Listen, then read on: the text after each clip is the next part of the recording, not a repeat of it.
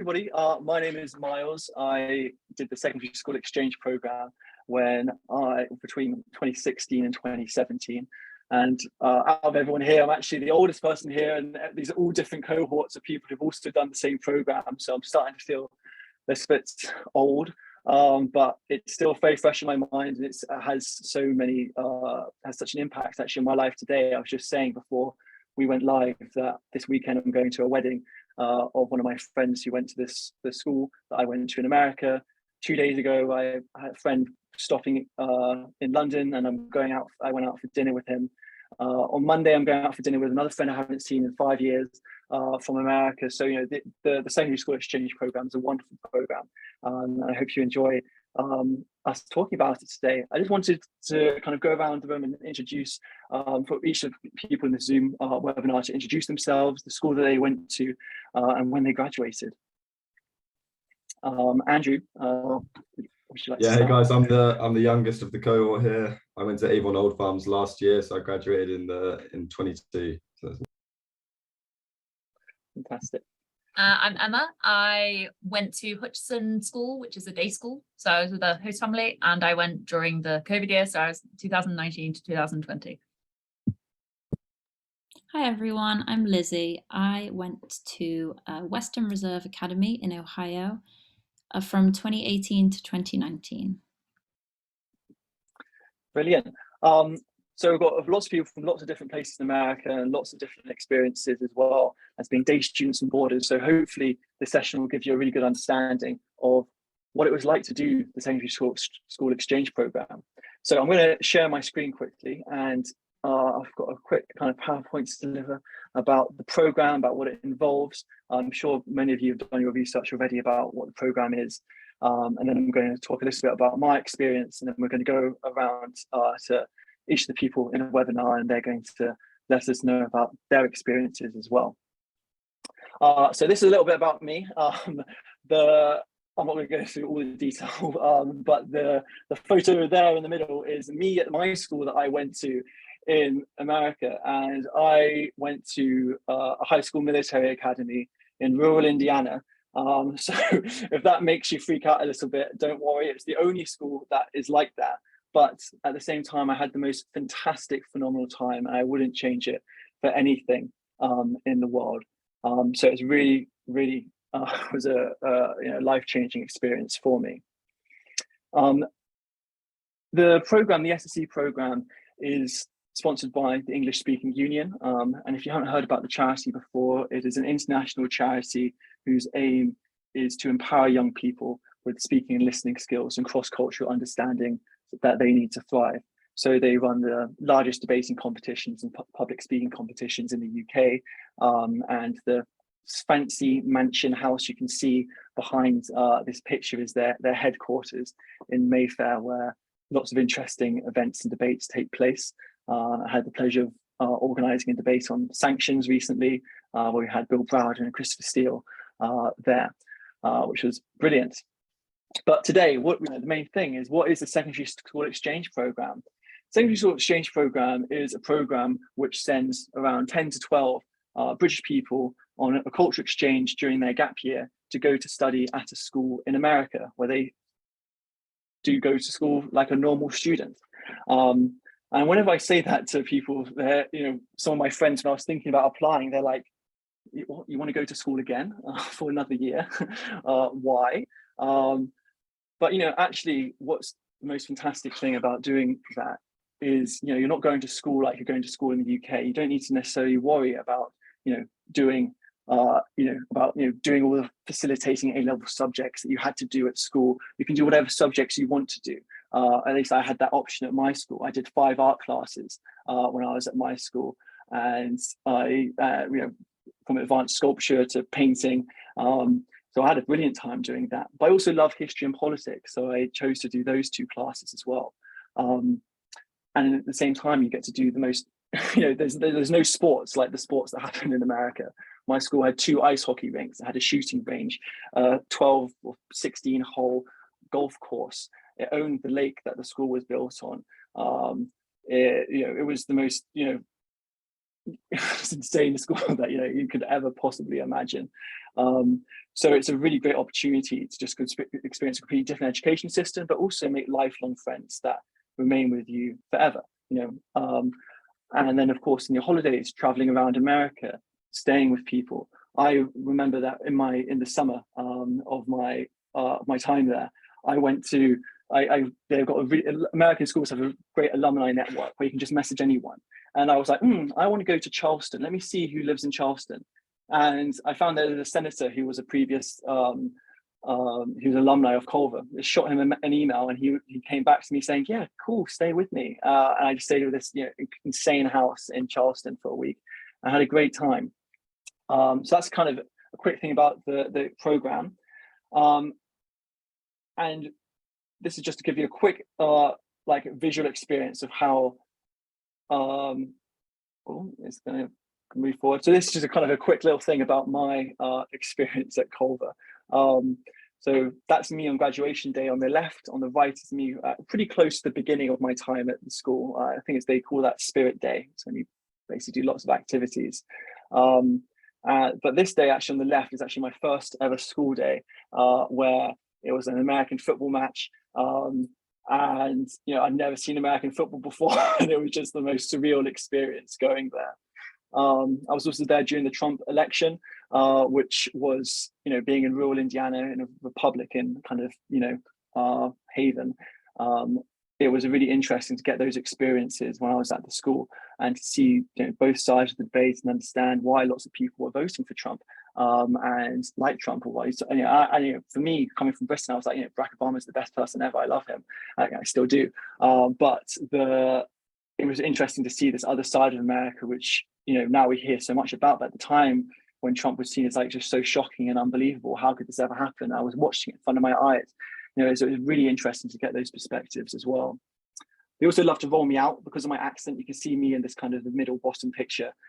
They love my English accent, so I had to do the announcements for parades all the time, or anytime there was a public speaking event, they just rolled me out to go do it, which I loved because I enjoy public speaking. But it was quite funny when I had to pronounce American words that didn't look how you say them in British English, which was quite fun. And then this was my graduation weekend, which was wonderful, and my mum came over for it. So it was a really, really lovely weekend.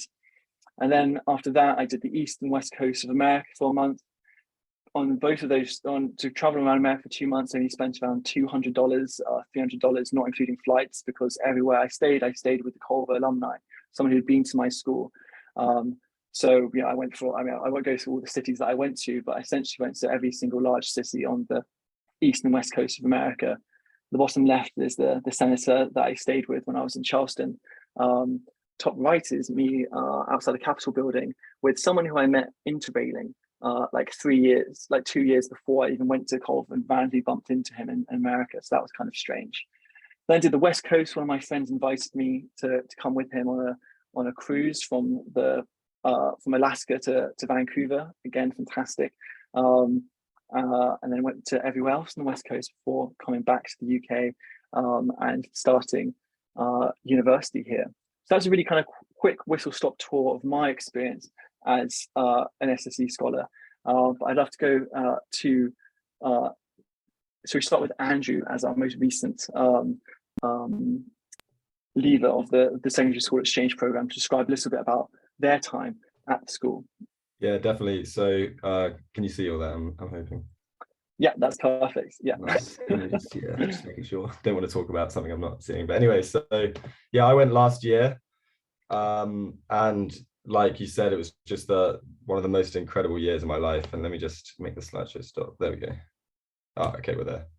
So there we go. Yeah. So yeah, my year of the this English speaking union. So this is a picture of me like you at an American football game. It was my first ever one. We had a big whiteout, as they'd call it. And yeah, that was a bit of a dive into the deep end. But so I thought I'd just talk about sort of the week in, week out things that I sort of got up to. So you can participate when you're out there in every school has it in a load of clubs and societies and things. So for instance, every Sunday morning, I'd wake up nice and early, about, well, not too early, but 9:30, and we'd all hop on a little truck. We'd all go around and chop some wood. It's part of Nimrod Club, so that was one thing I did. And then so there's me in the back of the truck with some friends. So I was on the East Coast, Naval Knoll Farms in Connecticut. So it was the New England forests, so very obviously famous for their trees and things, and bears as well. We'd pop into a lot of bears, and then. So this is pickleball here, which is a bit of a different sport. The facilities at all of these schools are phenomenal. I mean, I got there and the first thing I did was look around, and I couldn't get through it all in one day. It was outrageous. But so I won the first ever international pickleball tournament. There was chess. There was an international society, which they're very big fans of the English people being very prominent in. So I mean, you're going to be using your voice a lot when you're over there. You gain so much confidence and things.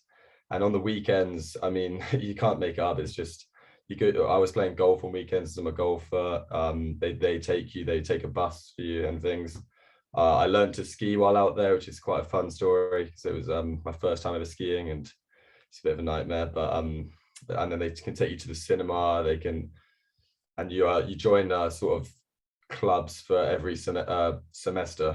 So the fall season, sorry, I was part of JV soccer. So I fitted the stereotype quite well.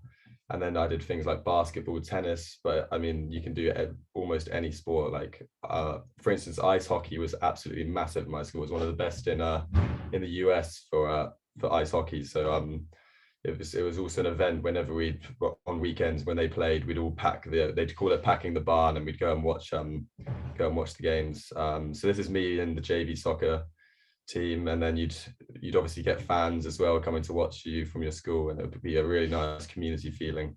This is a weekend at a Yankees game. That's another thing they did. They took us to Broadway as well in New York, because it's quite close to where I was in Connecticut.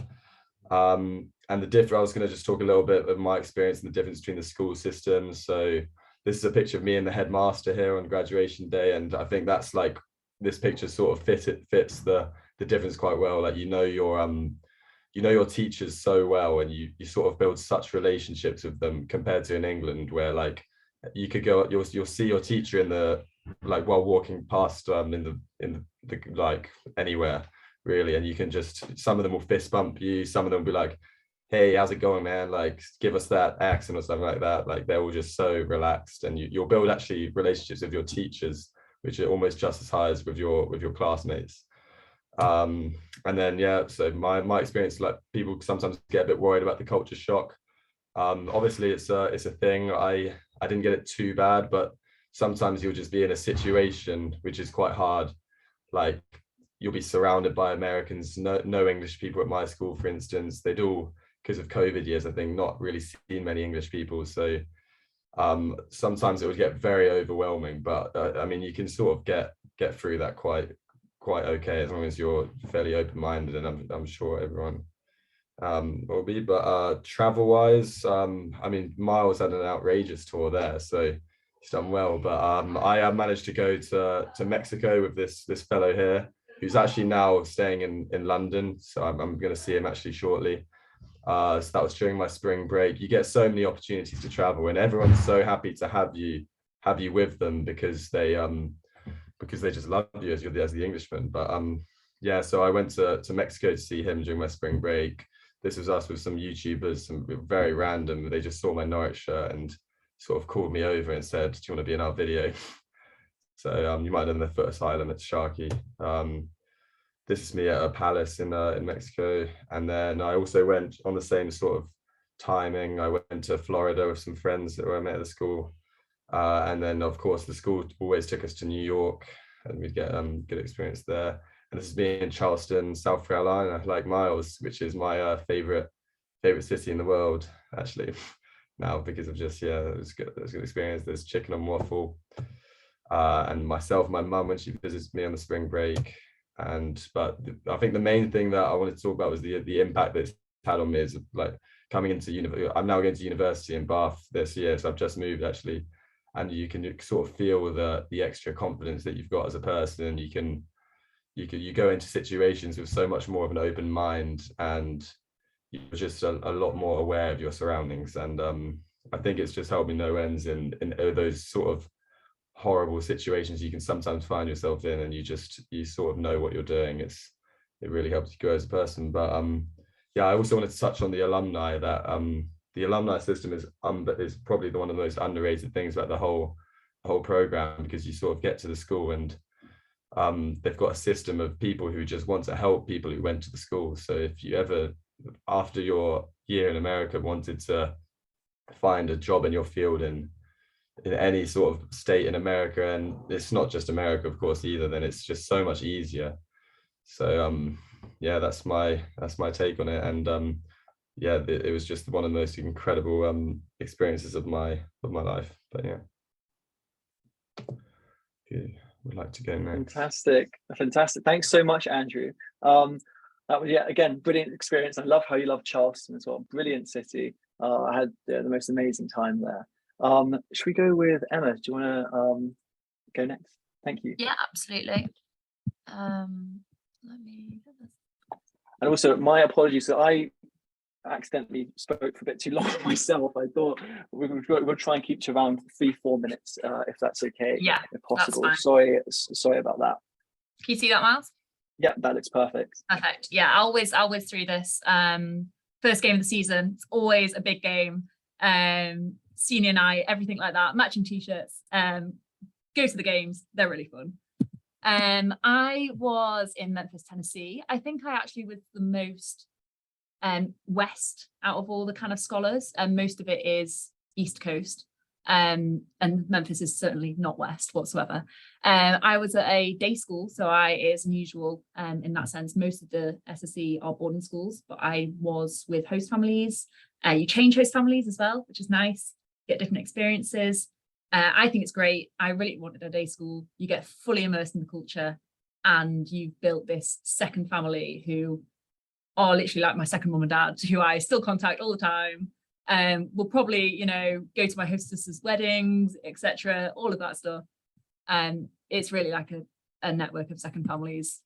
Unfortunately, I did have to go home early because I was the COVID year, so I didn't get this wonderful graduation, but I still had the best time ever. And that's me with my host sisters. You will, if you are with a host school, with a host family, one of the people in your host family will go to your school, which does help a lot. Why a lot of these have been touched on.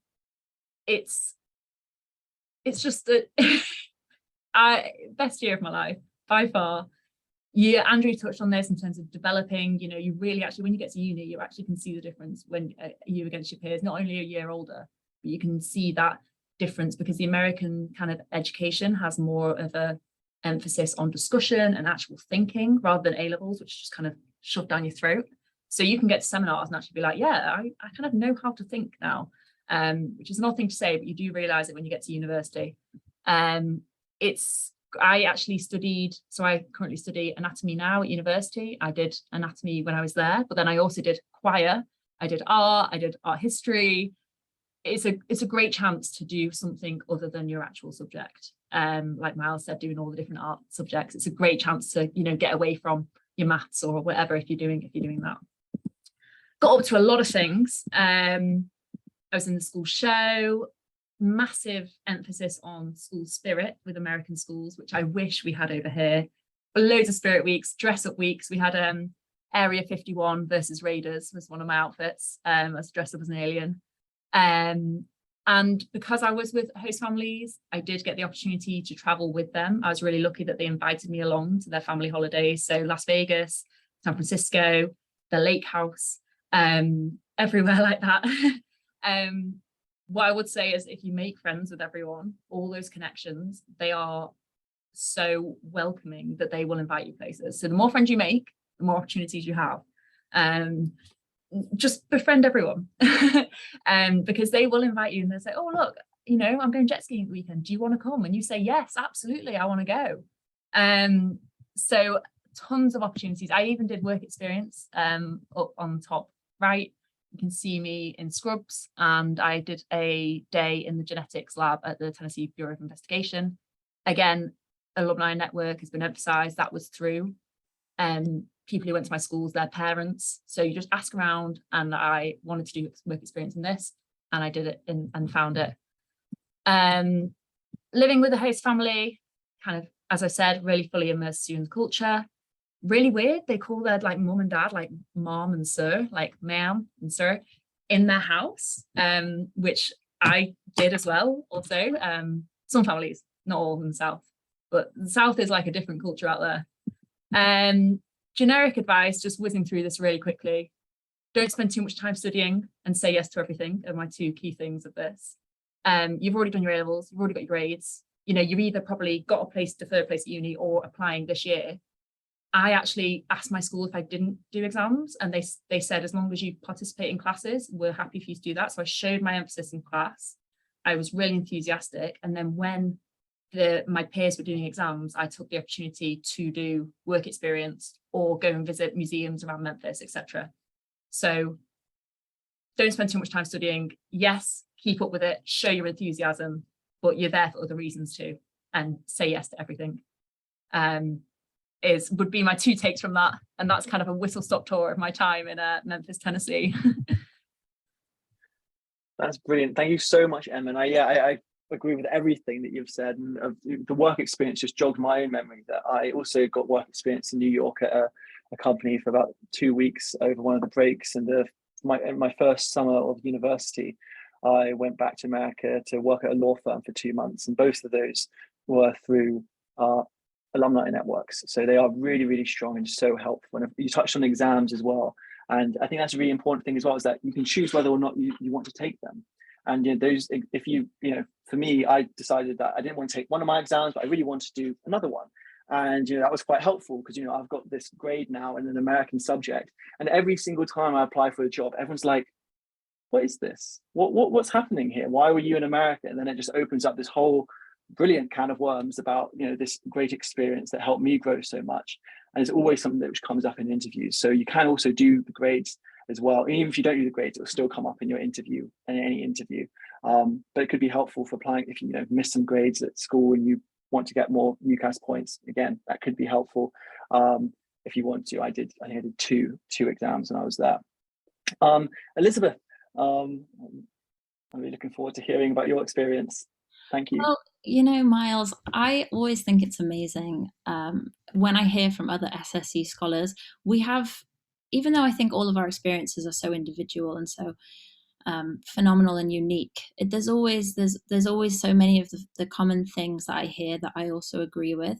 And I don't know about you guys, but everyone I talk to, it's just like everyone has a similar fantastic experience.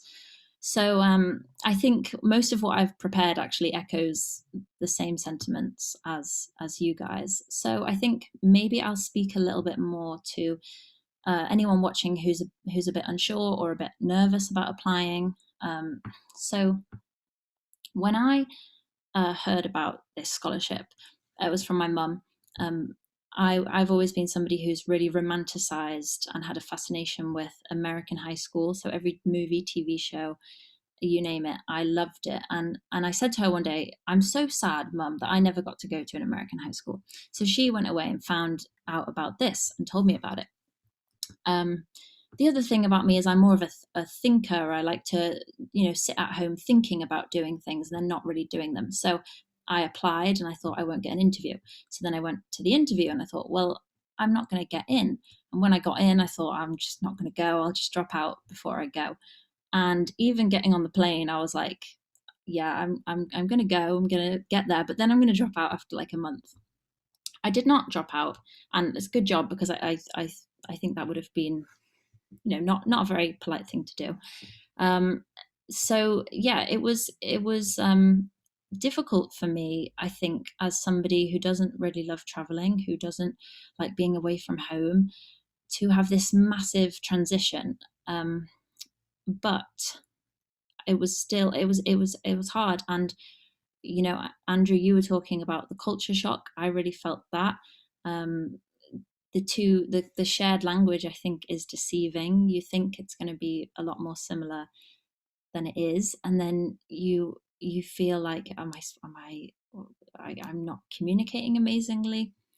However, I had a little bit of a difficult period settling in.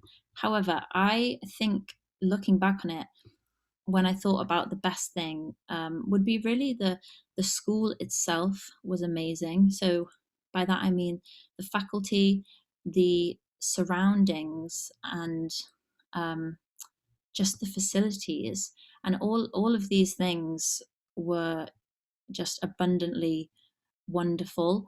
I received like so much support. I'd never experienced that kind of thing before. Like the health center is amazing. I'm sure you guys all had that as well. The staff just want you to be really happy, and they're all really kind and genuine people. And I remember thinking, like, how have I been so lucky to land in this school? But I actually think every school was like that. And of course, it needs to be said that these are generally private boarding schools. They're amazingly funded. We had $300 million facilities in ours. And so I'd never experienced something like that, but it was just fantastic. And wait, yeah, I guess what I want to say is just, if you are a bit skeptical about applying, as I was, you really should. I was terribly sad when I had to leave, and I would also say that it sets you up very, very well for university. Andrew, you mentioned like it just gives you a huge confidence boost. I really felt that. The university I went to was very intense, so I didn't have time to like try and get used to settling in, and so I applied all those things that I'd learned in Ohio at Western Reserve to the experience of being at university, and that was super helpful. And similarly, I just went back a few weeks ago to visit a friend who was actually a teacher, who's now a friend, and she'd had a baby, and I had the best time visiting her in New England. And yeah, it's just completely life-changing. So I wish everyone could experience the privilege that it is to be an SSE scholar.